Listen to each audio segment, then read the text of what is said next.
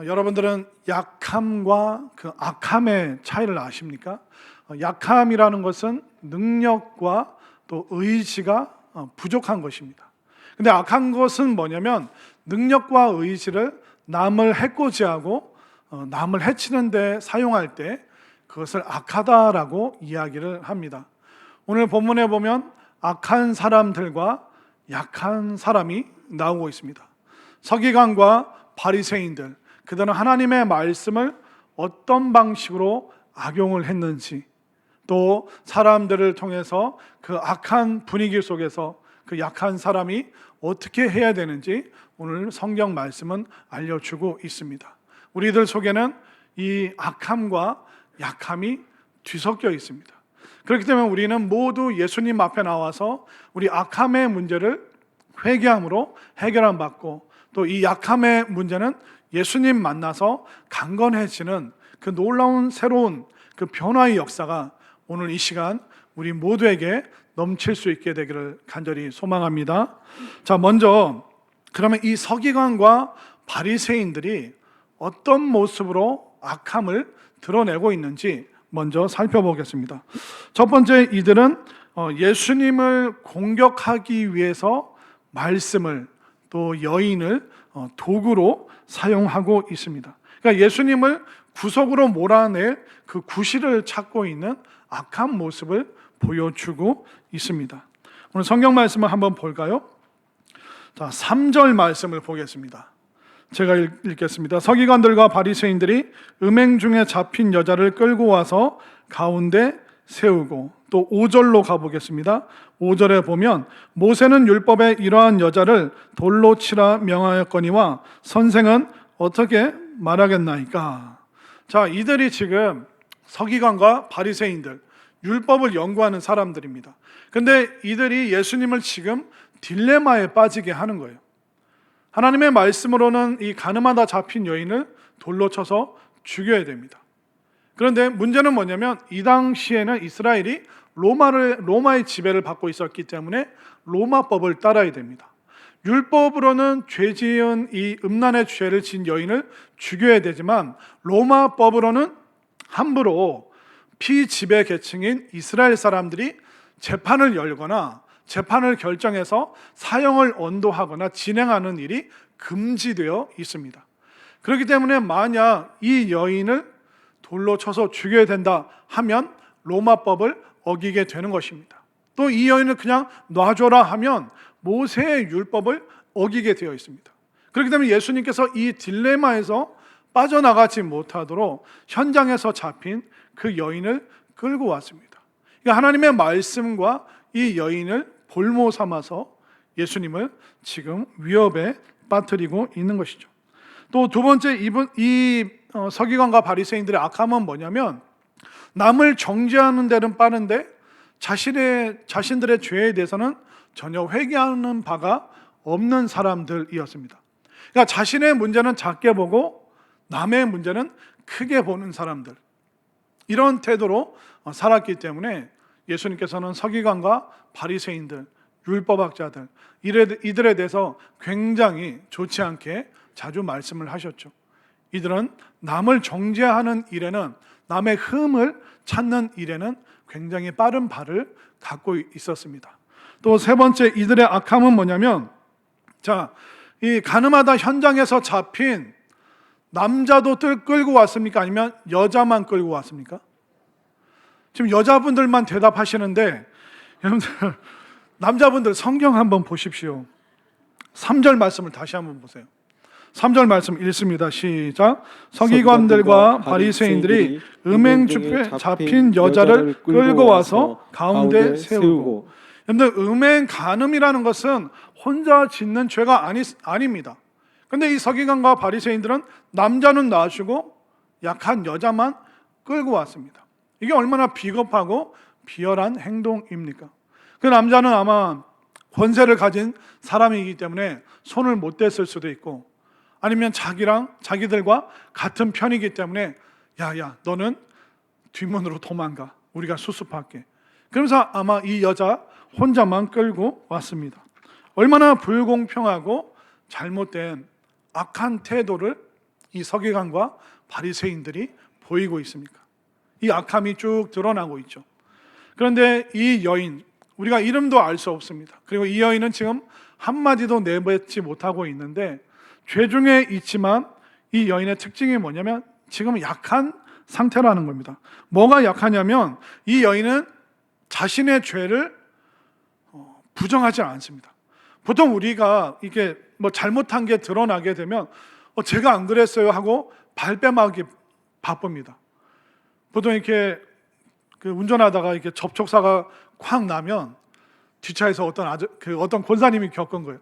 뒷차가 이제 쾅 박았는데 이게 당황한 마음으로 내렸는데 뒷차 아저씨가 뭐라 그러면 쓱 보더니 이 정도는 괜찮아요. 그냥 가세요. 그리고 자기 갈 길 가더래요. 그러니까 우리가 어떤 실수와 잘못을 했을 때는 나랑 상관없다고 발뺌하고 부정하기 바쁩니다. 그러나 이 여인은 그냥 말없이 끌려와서 그 자리에 서 있습니다. 약하기 때문에. 아무도 거들어주고 도와주는 사람이 없기 때문에. 또 이 여인이 약한 이유는 뭐냐면 자신의 죄를 변명하고 있지 않습니다. 이 여인이 부끄러운 일 중에 잡혔습니다. 간음하다가, 음란을 행하다가. 그런데 보통 이런 간음의 일들은 남자가 적극적으로 구애를 하기 때문에 그 유혹에 넘어가게 됩니다. 근데 이 여인은 만약 그 남자가 나에게 너무 적극적으로 달려들어서 내가 어쩔 수 없이 그랬어요, 그렇게 변명할 수 있는데 이 여인은 아무런 변명을 못하는 약한 상태입니다. 또 세 번째, 이 여인은 책임을 전가하지 않습니다.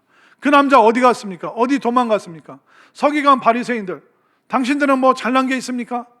이런 식으로 남을 탓하거나 자신의 그 잘못을 누군가에게 전가하지 않는 이 약한 모습을 보이고 있습니다. 자, 오늘 본문의 말씀을 보면서 여러분들은 쭉 보면서 뭘 느끼십니까? 예수님 당시에 이런 일이 있었구나. 그런데 오늘날 이 간음의 문제, 음란의 문제, 성적인 문제는 그때나 지금이나 여전히 우리 주변에 만연해 있습니다. 제가 오늘 말씀을 준비하면서 이 말씀을 드릴까 말까, 이 말씀을 전하면 지금 움찔움찔 놀라서 이 단어를 제가 입에 담을 때마다 아마 과거가 찔려서 부들부들 떨고 부끄럽고 그런 마음이 드시는 분들이 많이 있을 겁니다.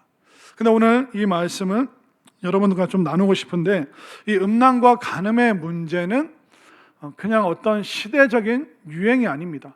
오늘날은 이 음란한 것, 그리고 간음, 이건 이 성적인 것은 개인의 프라이버시니까 남이 언급 안 했으면 좋겠습니다. 그런 분위기입니다. 그러니까 타인이 그 개인의 성적인 문제에 관여해서는 안 됩니다. 그런 문화가 우리들 속에 있죠. 그리고 합의하에 이루어진 성관계이기 때문에 이거는 죄가 아닙니다. 이렇게 세상이 점점 그런 말들이 많아집니다. 근데 여러분들 아셔야 될 게 뭐냐면 사람들이 그렇게 말한다고 해서 그게 진리가 되는 것이 아닙니다. 다수가 이렇게 말한다고 해서 합의하에 이루어진 것은 죄가 아닙니다. 그런 말들을 드라마와 영화에서 듣는다고 해도 그게 결코 대사로 나온다고 해서 그게 진리가 될 수 있는 것은 결코 아닙니다. 오늘날은 성적인 해방이나 자유로운 성생활을 사람들 개인의 판단에 놔뒀습니다. 그러나 이것은 엄연히 죄다라고 성경은 말하고 있습니다. 한번 성경 말씀 한번 볼까요? 고린도전서 6장 16절. 우리 함께 우리가 좀 힘들지만 함께 읽겠습니다. 시작. 창녀와 합하는 자는 그와 한 몸인 줄을 알지 못하느냐. 일렀으되 둘이 한 육체가 된다 하셨나니.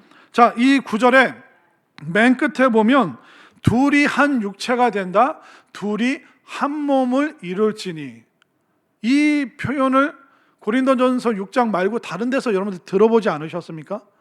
결혼식 때, 혼인 예식 때 다른 곳에서 이 성경 구절로 많이 사용을 하죠. 자, 고린도전서 6장 16절과 동일한 표현이 어디에서 나오냐면 창세기 2장 24절 읽습니다. 시작.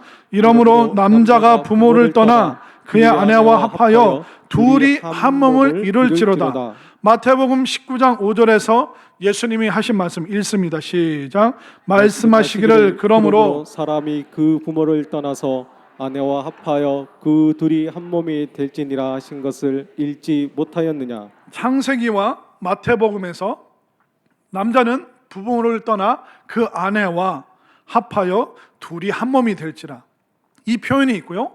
고린도전서 6장에서도 몸을 파는 여인과 합하는 사람은 둘이 하나의 육체가 된다, 하나의 몸이 되어버린다. 다른 상황인데 똑같은 얘기를 하고 있습니다. 하나는 결혼관계 안에서 한 몸이 되는 것, 하나는 결혼관계를 벗어나서 가늠과 음란 속에서 이루어지는 일인데 둘이 동시에 한 몸이 된다고 말하고 있습니다. 그렇기 때문에 몸을 파는 여인과 성관계를 맺어도 그게 한 몸이 되어버리는 것이고, 결혼관계에서도 부부관계를 통해서 한 몸을 이루는 것입니다. 그러니까 누군가와 육체적으로 관계를 맺으면 그 사람과 결합이 되는 일이 발생하게 되는 것입니다. 결국 하나님께서 남녀가 하나로 연합하라, 그 의미로 부부관계를 만드셨습니다. 그렇기 때문에 이 부부관계를 통하여, 성적인 결합을 통하여 두 사람이 하나가 되는 것입니다. 육체적으로 하나가 되는 것뿐만 아니라 정신적으로, 그리고 정서적으로, 영적으로, 영혼육이 하나 되도록 만들기 위해서 하나님께서 그것을 사람들에게 허락을 하신 것이죠. 근데 이게 결혼관계 바깥에서도 성관계가 이루어지면 둘이 하나가 되어버리는 똑같은 결과가 발생하게 되는 것입니다. 자, 그러면 이 결혼관계를 벗어난 이 성적인 이 관계가 어떻게 되느냐? 고린도전서 6장 18절 말씀, 여러분들 힘드셔도 오늘 다 들으셔야 됩니다. 18절 말씀 읽습니다. 시작. 음행을 피하라. 사람이 범하는 죄마다 몸 밖에 있거니와 음행하는 자는 자기 몸의 죄를 범하느니라.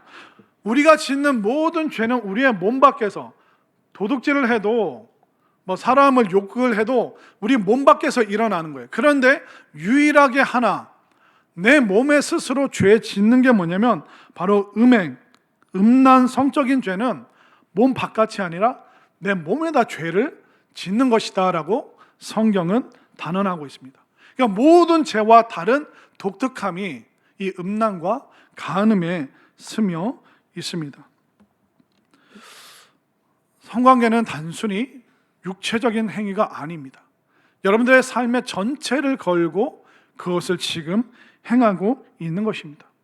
그러다 보니까 둘이 하나가 되는 결합이 이루어지게 되죠. 근데 만약 여러분들이 결혼 전에 누구를 만나고 헤어지고, 또 결혼 관계 안에서도 밖에서 외도를 하고 누구를 만나고 헤어지고, 그런 일이 발생하잖아요, 우리 주변에서. 그러면 그 사람이 성적인 관계 속에서 만나고 헤어지고 나면 어떻게 될까요? 너는 너대로 살고 나는 나대로 살고 그래 잘 지내, 그러고 이제 끝나는 것이 결코 아닙니다. 왜냐하면 영적인 얽힘, 하나됨이 그 순간에 있었기 때문에 이제 둘이 헤어질 때 어떻게 되냐면 내가 내 몸에 상처를 입히는 것입니다. 그리고 내 몸에서 뭔가가 떨어져 나가는 것입니다. 자, 여러분들, 이게 종이가 있습니다. 자, 종이 두 장을 풀로 이렇게 붙였습니다. 그럼 이 종이가 둘이 하나가 됐죠. 그럼 이 풀로 붙은 종이를 제가 쫙 잡아당기면 어떻게 됩니까? 자연스럽게 떼어집니까? 아니면 갈기갈기 찢어집니까? 찢어지죠. 이쪽 종이는 이쪽 종이에 좀 붙고, 이쪽 종이는 이쪽 종이에 또 몇 가닥이 또 달라 붙습니다. 이 말은 뭐냐면 우리가 성적인 그 관계를 통해서 연합이 이루어집니다. 그런데 둘이 헤어지고 더 이상 만나지 않으면 일이 끝나는 게 아닙니다. 나의 정체성의 일부가 그 사람이 갖고 있던 정체성의 일부가 나에게 오게 되는 것입니다. 그렇기 때문에 가벼운 성관계는 있을 수가 없습니다. 그러니까 하룻밤 풋사랑이었어요. 그런 것은 있을 수가 없습니다. 결합이 되었다가 종이가 떨어지듯이 쫙 찢어지면서 내 정신과 영혼과 마음에 흠집이 생기기 시작하죠. 자, 그러면 이렇게 정체성의 일부가 자꾸 남에게 가게 되면 어떻게 될까요? 이제 내가 정체성을 잃게 됩니다. 삶의 목적이 뭐지? 삶의 의미가 뭐지? 거기에서부터 이제 혼돈을 느끼게 됩니다. 그러면서 그 만나고 헤어지고 그게 계속 만나고 헤어짐이 계속 반복되면 어떻게 될까요? 계속 내 정체성의 일부, 그것을 상대방에게 계속 빼앗기게 되는 것이죠. 나의 일부를 누군가에게 계속 줘버리는 행동이 되게 되는 것입니다. 그리고 그 사람들은 나의 일부가 누군가에게 간다는 것을 모르는 상태에서 계속 살기 때문에 시간이 지나면 어떻게 될까요? 오직 누군가를 알기 위해서는 성적인 관계밖에 못하는 겁니다. 그리고 그들은 성관계 할 때만 내가 연결되어 있다고 생각하기 때문에 그 중독에서 벗어날 수가 없습니다. 혹시 우리들 중에 연예인 자녀 두신 분 있으세요? 다행히 없죠. 연예인들의 삶을 한번 보십시오. 뭐 다 그런 건 아니지만 많은 부분 화려하고 멋지지만 그들이 나중에 나이 들어서 나와서 하는 고백이 뭡니까? 이 남자, 저 여자 이렇게 만나고 헤어지고 결합이 되었다가 쫙 서로 갈라지면서 정체성의 일부가 또 떨어져 나가고 그 사람에게 가고 그 사람의 것이 나에게 정체성이 섞이게 되고 이런 일들이 너무나도 많이 생기다 보니까 불행한 시간들을 보내는 사람들이 참 많습니다. 그렇기 때문에 우리가 여러분들뿐만 아니라 우리의 자녀들에게 신앙 안에서 만나면 좋겠다. 근데 어떤 분들은 그럴 거예요. 목사님, 요즘 믿음의 사람 만나기가 힘든데요. 그럼 목사님, 저는 사별을 했고 목사님, 저는 이혼을 할 수밖에 없었습니다. 그럼 저 같은 경우는 어떻게 해야 됩니까? 그런 분들은 여러분들 신앙 안에서 만남을 가지시고 또 그 사람과 함께 어떻게 해서든 예수님 앞에 나오고 예배의 자리, 기도의 자리로 함께 나오시기 위해서 여러분들 애쓰시기 바랍니다. 우리 자녀들이 믿지 않는 사람과 결혼을 할 수 있습니다. 그럼 거기서 손 놓고 있는 게 아닙니다. 기도하면서 어떻게 해서는 딸과 아들이 예수님 안에 올 수 있도록 내가 만난 이 새로운 사람과 함께 예수님 앞에 나아가는 것, 아직 믿지 않는 남편이 예수님께 나가서 함께 예배 드리는 것, 그것을 꿈꾸고 그것을 소망하면서 예수님 안에서 하나님께서 새롭게 만들어주시는 그 은혜를 여러분들이 소망하고 갈망하시기를 바랍니다. 아마 식은땀 나시는 분들이 참 많을 텐데요, 옆에 분 보시면 안 돼요. 식은땀 흘리는 거 보시면 안 됩니다. 우리는 다 부끄러운 과거가 있습니다. 또 많은 남자들이 이런 유혹에서 벗어나기가, 이겨내기가 참 어렵습니다. 시각적으로 계속 보이는데요, 청각적으로 계속 들리는데요, 그 유혹에 마음문을 열어주기 시작하면 걷잡을 수가 없습니다. 그렇기 때문에 여러분들이 교회에 오지 않는다면 이런 말씀을 어디서 들을 수 있겠습니까? 그냥 스쳐 지나가는 그런 관계는 없습니다. 결합이 되었다가 흩어지면서 찢어지면서 내 정체성의 일부를 그 사람에게 줘버리는 것입니다. 그러나 이 손상되고 아픈 이 정체성을 함께 예수님 앞에 가지고 나온다면 예수님께서 그 손상된 서로의 정체성을 하나로, 그렇기 때문에 예수님 안에서 같은 꿈과 소망을 만날 수 있는 그 만남으로 나를 인도하신다는 그 확신과 그 소망 여러분들이 가질 수 있게 되기를 바랍니다. 누구든 실수할 수 있어요. 생각으로 실수하고 시선으로 실수하고 말로 실수하고 진짜 몸으로 습관으로 실수할 수 있죠.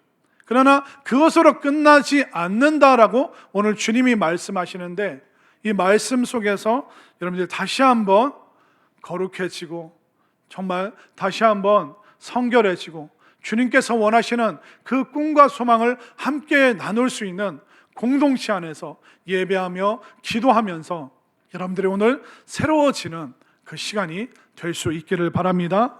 자, 이렇게 이 자신의 모든 죄가 폭로된 이 여인과 여러분들의 차이는 뭘까요?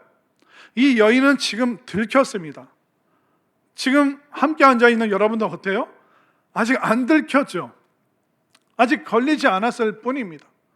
그런데 이 오늘 성경 본문의 말씀, 이 여인의 이 고통이 저 여인의 문제뿐만 아니라 여러분들의 문제로 다시 한번 받아 안을 수 있게 되기를 바랍니다. 우리가 함께 있기 때문에 안전하다, 사람들이 모르겠지. 그러나 여러분들이 홀로 예수님을 대면하면 우리의 모든 것이 다 드러나게 되어 있습니다.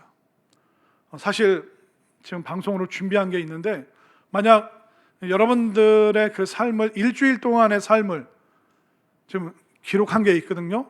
우리 안수 집사님 거 방송으로 한번 일주일 동안 아내랑 대화했던 그 표정과 말투, 자식들에게 했던, 그리고 직장에서 동료들과 나눴던 얘기들, 그거 다 틀어주세요 하면 연도 한 사람 한 사람 거 이거 시간 내서 한번 일주일 동안 거 다 틀어줄까요?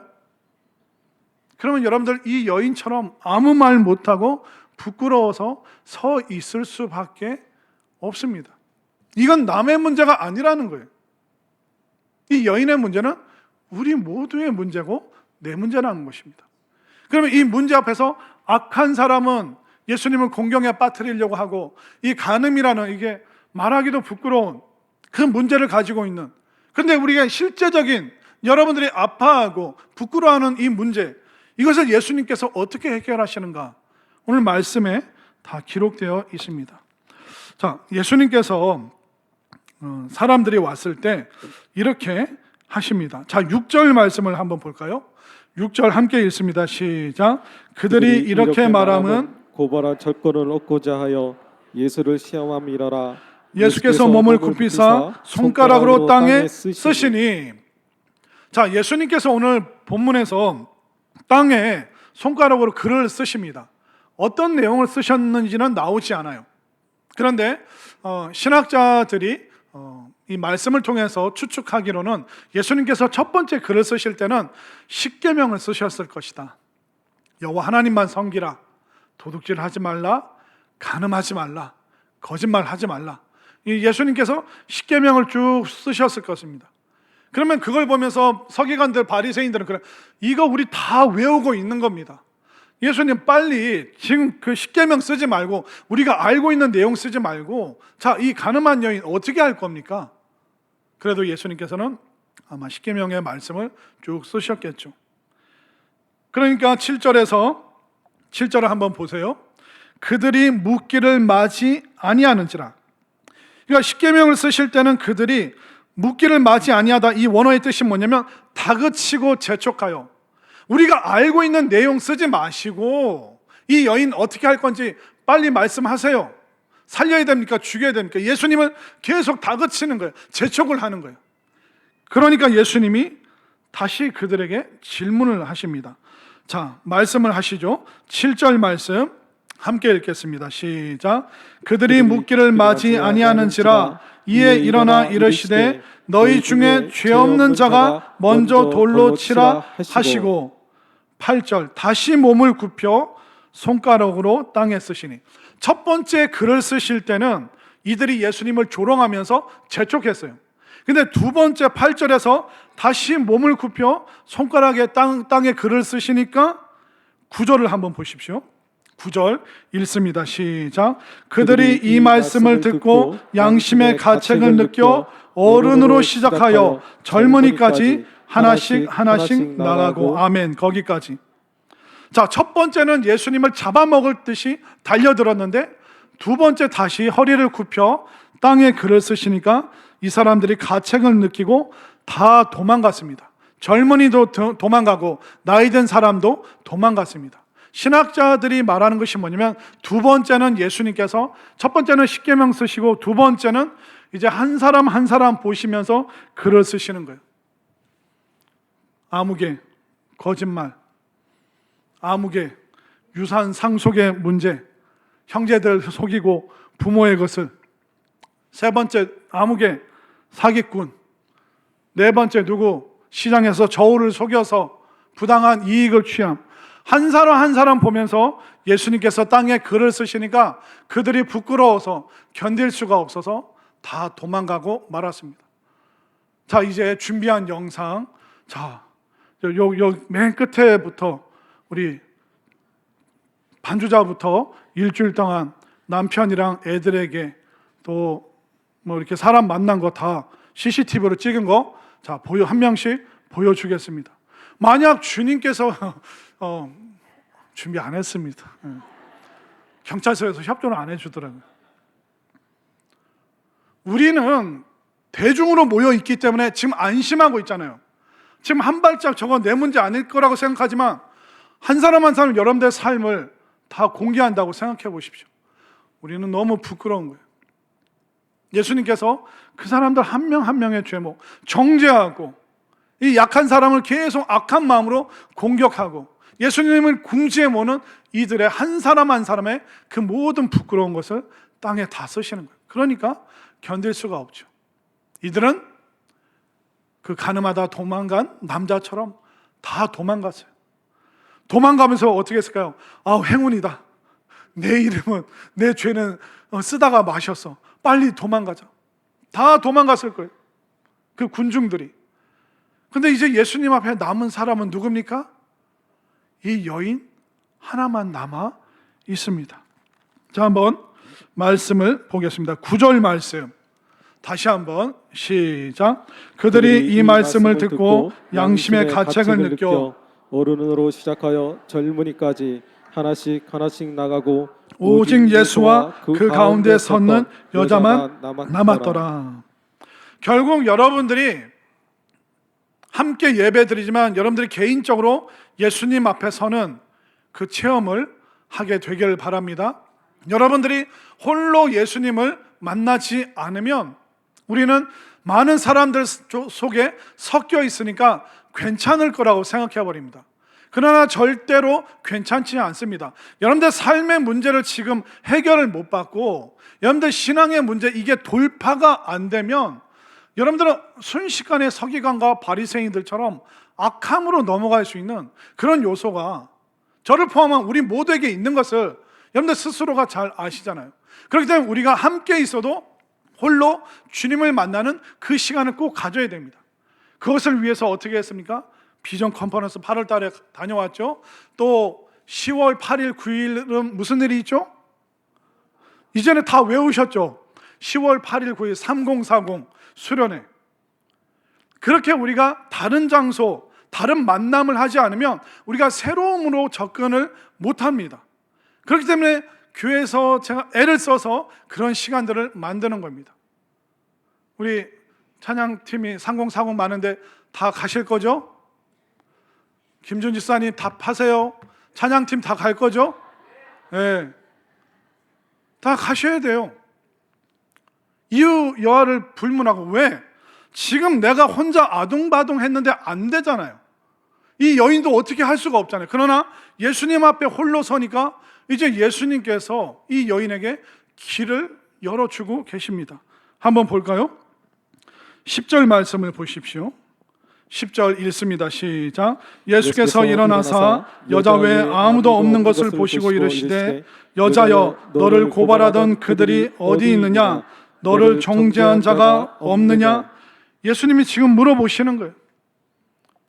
이 말이 뭐냐면 다른 사람들은 다 예수님 앞에서 도망갔습니다. 그런데 이 여인만 지금 예수님 앞에 홀로 서 있는 이 시간을 맞이하고 있습니다. 다른 사람들 도망가고 나서 예수님으로부터 멀어지고 나서 어휴 살았다 하겠지만 그 사는 게 아니에요. 다시 죽으러 가는 길입니다. 그런데 이 예수님의 처분만 받고 있는 이 여인은 어떻게 될까? 두렵지만 예수님 앞에 서서 이제 문제 해결함을 받기 시작하고 있습니다. 그렇게 되면 우리가 자존심 내세워서 나는 그런 수련회 안 가도, 나는 그런 모임 안 해도 나는 잘할 수 있어, 내가 조금만 더 노력하면 돼, 자꾸 여러분들 자존심을 내세우시면 절대로 안 됩니다. 자존심 내세우면서 예수님으로부터 멀어지지 마시고 예수님께 더 가까이, 힘들어도 예수님께 가까이 나오시길 바랍니다. 자, 홀로 서 있는 이 여인에게 예수님이 계속 묻고 답하십니다. 자, 11절 마지막 구절 읽습니다. 시작. 대답하되 주여 없나이다. 예수께서 이르시되 나도 너를 정죄하지 아니하노니 가서 다시는 죄를 범하지 말라 하시니라. 아멘인가요? 서기관과 바리새인들 만나서는 해결이 안 돼요. 여러분들도 여러분들 지금 이 답답하고 어려운 현실이 해결이 안 되잖아요. 근데 이 여인 더 방법이 없어요. 죽을 날밖에 없습니다. 그러나 오늘 주님 만나니까 이 여인 죄 사함 받고 다시는 죄 짓지 않는, 이제 죄를 향해서 열린 인생이 아니라 예수님을 향해서, 하나님 말씀을 향해서 열린 인생, 새로운 인생의 길을 이 여인이 찾았기 때문에 여러분들도 홀로 예수님 만나는 그 결단이 넘칠 수 있게 되기를 바랍니다. 자, 3040 10월 8일 9일 화요일 수요일 헬몬 수양관에서 만날 거예요. 다 또 외우고 있죠. 똑같은 날이에요. 11월, 그러니까 10월 8일 9일이고 똑같은 날 11월 8일 9일은 뭐 있어요? 예, 어른들을 다 외우고 계세요. 어웨이크 수련회. 이거는 교회 처음 오신 분들, 예, 처음 오신 분들 가셔야 되고, 또 예수님 안에서 내 몸과 마음이 정말 새롭게 변화되고 싶다, 치유받고 싶다, 정말 구원이 무엇인가, 구원 안에서 살아가는 삶이 무엇인가. 그래서 처음 교회 오신 분들이 가시면 너무 좋고, 또 기존의 성도님들도 다시 한번 구원의 확증을 위해서 10월 8일 9일 3035 11월 8일 9일 제가 이렇게 날짜 잡느라고 얼마나 여러분들 잘 외우시라고. 그때는 금요일 토요일입니다. 그 금요일 밤 8시에 시작해요. 그러니까 우리가 어떻게 해서든 올 수 있는 거죠. 자, 찬양대 대장님, 지휘자, 반주자, 대원들 어웨이크 가야겠죠? 대답하세요. 대장님 가야겠죠? 지휘자 가야죠? 가야죠? 반주자 안 가면 이거 튼다니까. 대원들 다 가기로 한 겁니다. 그러니까 여러분들이 하나님 앞, 주님 앞에 내가 홀로 서기로 하는 결단, 오늘 예배하는 우리 모든 성도님들도 그렇게 결단하여 함께 가시기를 바랍니다. 선착순으로 제가 모집할 겁니다. 그러니까 여러분들, 제가 언제 이걸 오픈할지 모르니까 긴장하고 있다, 요 있다 하면 저 좀 데려가세요. 그렇게 하셔야 돼요. 그러니까 주님 만나니까 지금 해결안 받잖아요. 이제 이 여인은 예수님이 말씀하시잖아요.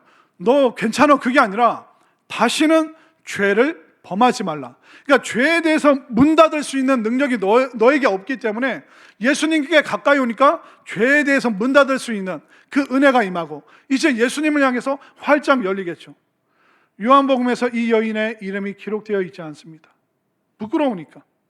그러나 아마 예수님께서 십자가에 못 박힐 때 제자들은 다 도망갔는데 많은 여인들이 눈물을 흘리면서 주님 십자가를 끝까지 지킨 그 여인들, 또 아마 예수님의 그 무덤, 거기에 향품을 넣어드리기 위해서 그 새벽에 몰래 그 무덤으로 갔던 그 여인 중에 한 명이 바로 이 여인일 것이다. 여러분들은 이 여인과 다른 은혜 받았습니까? 여러분들도 이 여인과 똑같은 은혜 받았잖아요. 우리도 망할 수밖에 없고 죽을 수밖에 없고 죄에 대해서 내가 해결할 수 없는데 예수님께서 대신 해결하시고, 그것을 믿음으로 말미암아 이 자리에 있는 이 여인과 똑같은 삶의 그 결론이 바로 여러분들의 삶이라는 것을 믿으시기를 바랍니다. 그렇기 때문에 여러분들 어떻게 하셔야 돼요? 죄에 대해서는 문을 닫으시기를 바랍니다.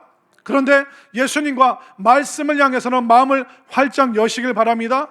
그 새로운 계기가 우리 3040 세대에게는 10월 8일 9일 어떻게 해서든, 뭐 이번에 명절 때 큰아버지 보고 애를 봐달라고 하든지 어떻게 해서든 가야 돼요. 정 맡길 데 없으면 데리고 오세요. 애들 내가 안고 업고 젖 먹이고 막 다 할 테니까, 내가 애 볼 테니까 무조건 데려오는 거예요.